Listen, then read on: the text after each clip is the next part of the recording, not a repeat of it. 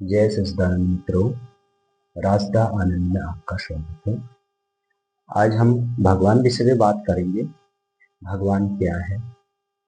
क्या भगवान मनुष्य जैसे ही होते हैं या फिर उसके पास भी हमारे जैसे हाथ पांव होते हैं, या फिर वो सिर्फ मंदिर में वास करता है, या फिर हम भगवान से कुछ मांगने से हमारी मनोकामनाएं पूर्ण होती हैं? ये सब गलत है। भगवान एक्चुअली में क्या है? यहाँ पे कबीरदास की दोहा से हम स्पष्ट करते हैं कि भगवान क्या है। कबीरदास जी बोलते हैं, ज्यों तिल माही तेल है, ज्यों चकमक में आग, तेरा साईं तुझ में है, जाग सके तो जाग। जैसे कि तिल में तेल होता है लेकिन दिखाई नहीं देता, और चकमक पत्थर के टुकड़े में आग होता है लेकिन दिखाई नहीं देता। तेरा इसी तरह तेरा साईं तुझ में है, जाग सके तो जाग। तेरा जो भगवान है वो तेरे में ही है। जरूरत है तेरे जागने की। जिस दिन तो जाग जाएगा भगवान क्या है तो समझ जाएगा।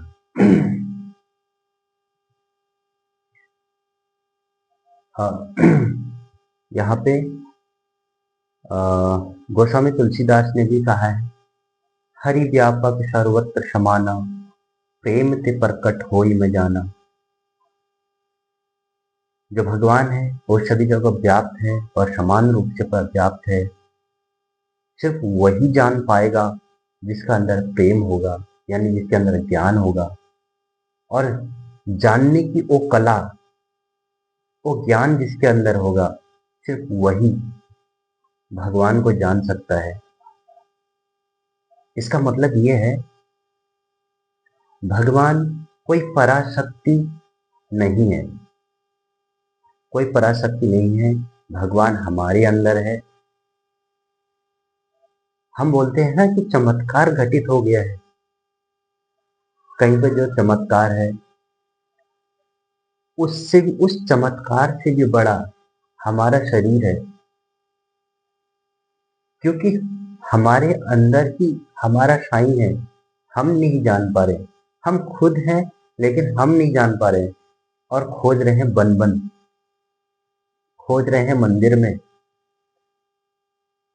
आ, कबीरदास का एक दोहा और है,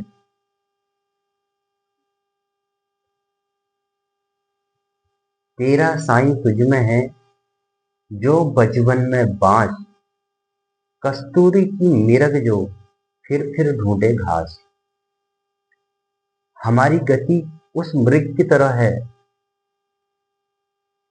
उस कस्तूरी मृग की तरह है, जो जंगल जंगल घास के लिए भटकता है। कौन सा घास? जो उसको खुशबू सुंघाई दे रही है, कस्तूरी की जो खुशबू सुंघाई दे रही है, उसको ढूंढने वो बन बन भटक रहा है। लेकिन कस्तूरी को खुद मालूम नहीं है कस्तूरी मेरी अंदर है। तो इसी हिरन की तरह सबका हाल है, सब मनुष्य जाति का हाल है कि वो परमात्मा ढूंढने मंदिर जाता है, परमात्मा ढूंढने हिमालय जाता है, परमात्मा ढूंढने जंगल जाता है, लेकिन उसे नहीं पता कि वो यहीं पर बैठ के यहीं पर साईं को पा सकता है। और भगवान का जो सार शब्द है, भौ से भूमि, गौ से गगन, व से वायु, आ से अग्नि, नौ से नीर, ये 5 तत्व हैं। ये भगवान नाम का सार है। भगवान कहीं और नहीं, यही भगवान है। हमारा शरीर है, ये पंच तत्व से बना है। इसमें भी भूमि है, गगन है, वायु है, अग्नि है, नीर है। ये परमात्मा है, ये शरीर ही परमात्मा है। जो बोल रहा हूं ये कौन है? ये भी परमात्मा है। हम सब परमात्मा है। परमात्मा कहीं और नहीं है।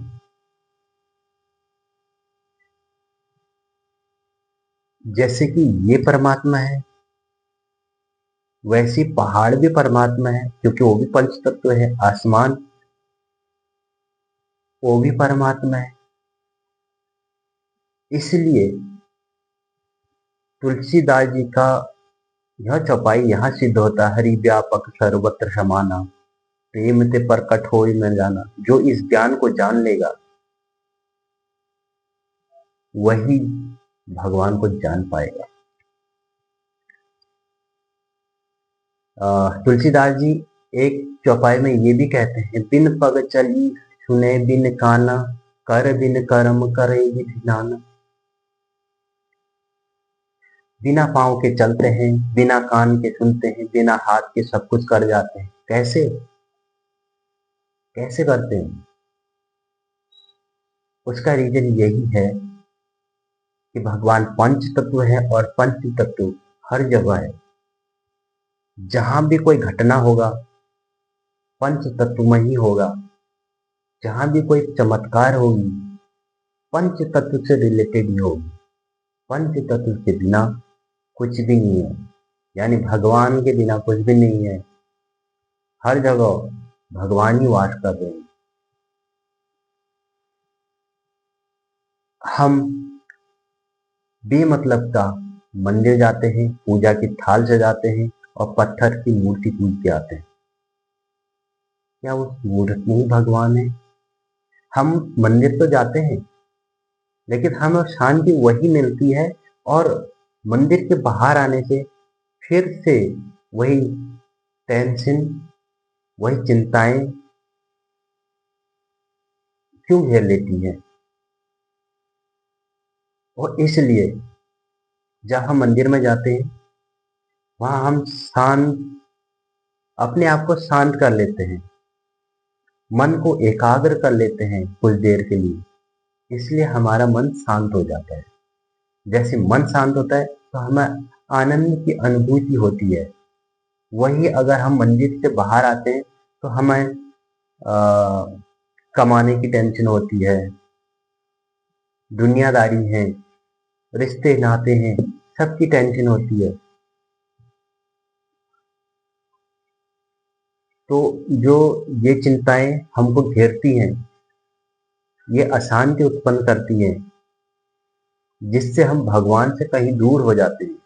वहीं पे हम, अगर जो मंदिर के अंदर हमारी स्थिति थी वही हम बाहर आके वही स्थिति में रहें तो कई मायनों में हम भगवान से भी कम नहीं।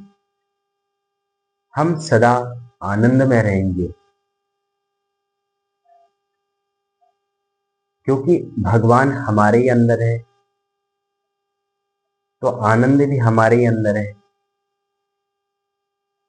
हम किसी को देख के या कोई वस्तु पा के जो आनंदित होते हैं, वो आनंद उस वस्तु में नहीं, वो आनंद हमारे अंदर से उत्पन्न हो रहा है। कहीं ना कहीं हम कारण उस वस्तु को जानते हैं, और वो वस्तु हमें मिल गई, हमें आनंद मिल गया, ये नहीं। अगर वो वस्तु ना भी हो ना तो भी आपके अंदर स्वतः ही आनंद उत्पन्न हो जाएगा।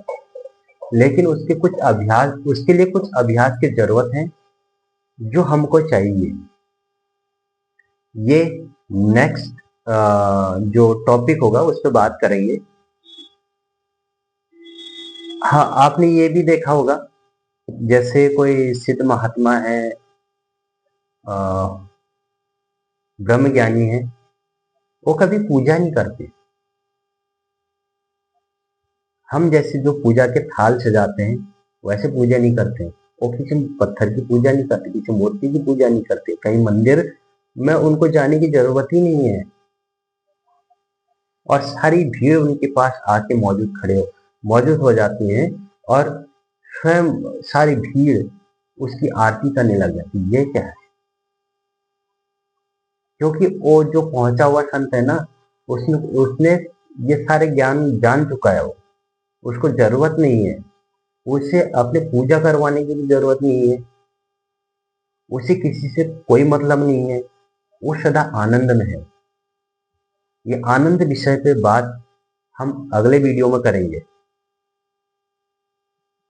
तो इसलिए बोलते हैं जो जागा हुआ मनुष्य वो परमात्मा, जो अभी तक जागा नहीं है वो मनुष्य। इसका सार यही है। आपको किस विषय पे वीडियो चाहिए वो आप कमेंट सेक्शन में लिख देना और आने वाली वीडियो उसी विषय पर रहेगी। जय सच्चिदानंद।